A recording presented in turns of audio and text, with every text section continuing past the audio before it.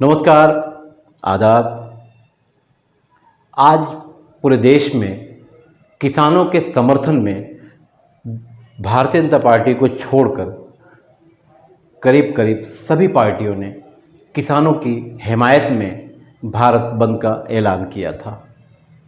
भिवंडी शहर में भी भारतीय जनता पार्टी को छोड़कर सभी पार्टियों ने आज भिवंडी शहर में भारत बंद के लिए भिवंडी शहर के वंजारपट्टी नाके से प्रांत ऑफिस तक एक मोर्चे की नहीं है कि किसानों के समर्थन में सभी पार्टियों ने चंद एक पार्टी को छोड़कर भारत बंद का ऐलान किया और वो भी किसानों के समर्थन में।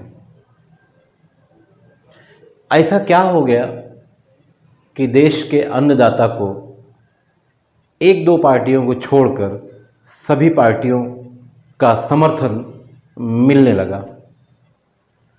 अन्नदाता किसान, अगर मराठी में कहेंगे तो शेतकरी, यही तो हमारे देशों की धरती पर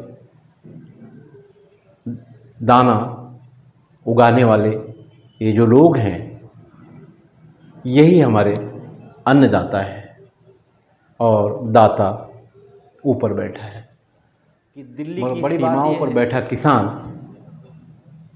इन्हीं किसानों की बदौलत सत्ता में बैठी मोदी सरकार, इन्हीं किसानों की बदौलत भारत की सीमाएं सुरक्षित, इन्हीं किसानों के बदौलत ये देश चल रहा है। अगर नहीं चलता तो जयप्रकाश नारायण ने जय किसान जय जवान का नारा नहीं दिया। हमारे देश में आज़ादी के बाद से जितनी सरकारें आई, सब ने कहीं ना कहीं जय जवान थी, जय किसान या इस तरह के किसानों के हक में नारे लगाए हैं, लगवाए भी हैं।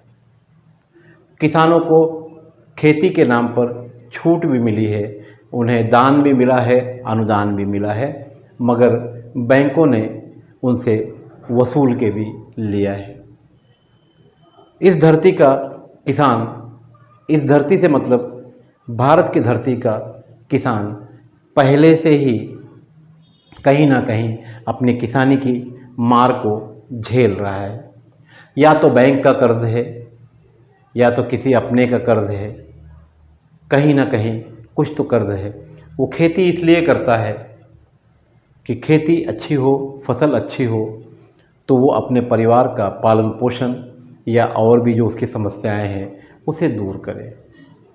मगर अक्सर सीज़न की मार भी किसान को झेलनी पड़ती है, जिसके कारण वो बैंकों का कर्ज भी लौटा नहीं पाता।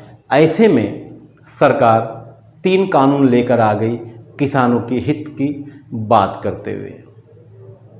अब ज़रा सोचिए कि जिस किसान को हमारे देश में अंगूठा टेक समझा जाता है, ऐसा है नहीं। किसान का बेटा सरहदों पर खड़ा है। बहुत कम लोग जानते होंगे कि गुजरात से फौज में लोग नहीं जाते, कभी ऐसा कोई नाम नहीं आता।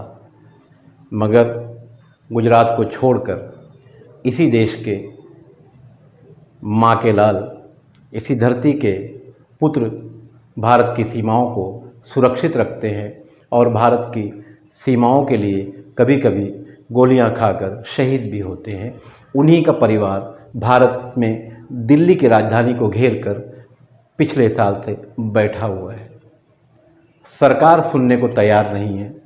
समझ में ये नहीं आता कि ये सरकार किसकी है, किसानों की या सरकार जिन 2-3 लोगों के समर्थन में देश में काम कर रही है। देश का किसान परेशान है, उसका परिवार परेशान है, और नरेंद्र मोदी सरकार की जो खरीदी हुई दलाल मीडिया है, वो इन किसानों को आतंकवादी, दहशतवादी, इस तरह की बातों में लपेटने के लिए तैयार रहती है। बेशर्मी की हदों को देखिए कि अभी 2 दिन पहले जब हमारे प्रधानमंत्री अमेरिका पहुँचे तो वहाँ भारत मूल के रहने वाले जो लोग हैं उन्होंने उनका बायकॉट किया, नरेंद्र मोदी वापस जाओ के नारे लगाया।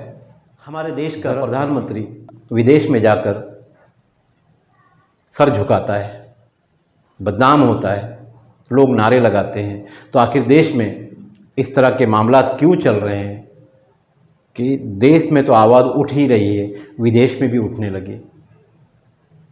आखिर किसानों की जो समस्याएं हैं, जब किसान 3 बिल नहीं लेना चाहते तो सरकार क्यों देना चाहती है? क्योंकि सरकार कहीं ना कहीं चंद पैसे वालों की सरकार नहीं कहा जा सकता, चंद लोगों की सरकार कहा जा सकता है, मगर 130 करोड़ में से चंद लोगों को निकाल दिया जाए तो ये सरकार इन लोगों के हितों की बात नहीं कर रही है। और किसान पीछे हटने को तैयार है, ऐसा नहीं है। किसान भी डेरा डालकर बैठे हुए हैं, अपनी मांगों को पूरा करा कर ही पीछे हटेंगे। बहरहाल अगर किसानों ने किसानी छोड़ दी तब तो समस्या बढ़ जाएगी, और सरकार भी यही चाहती है। सरकार के पीछे चंद लोग जो खड़े हैं वो ये चाहते हैं कि किसान परेशान होकर किसानी करना छोड़ दे, खेती करना छोड़ दे, ताकि उनकी ज़मीनों पर 3 कानून के सहारे ये लोग इन्हीं किसानों को आगे खड़ा करके गुलाम बना के उनसे खेती करवाएं। भारत की आज़ादी के पहले भारत में ज़मींदारी का जो दौर था, गांव-गांव में ज़मींदार हुआ करते थे, मगर अब तो ऐसा लगता है कि अगर ये 3 कानून इस देश से नहीं हटाया गया तो देश में 2 से 4 लोग ही ज़मींदार होंगे, बकिया सभी उनकी प्रजा होंगी।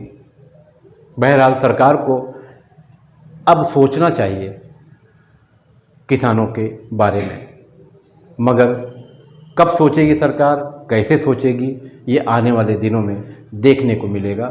मैं चैनल पर जो भी खबरें दिखाई जा रही हैं वो सही हैं, अच्छी हैं और शहर के हित के लिए हैं, तो आप हमारा चैनल सब्सक्राइब भी कर सकते हैं यूट्यूब पर जाकर, भारत शक्ति समाचार।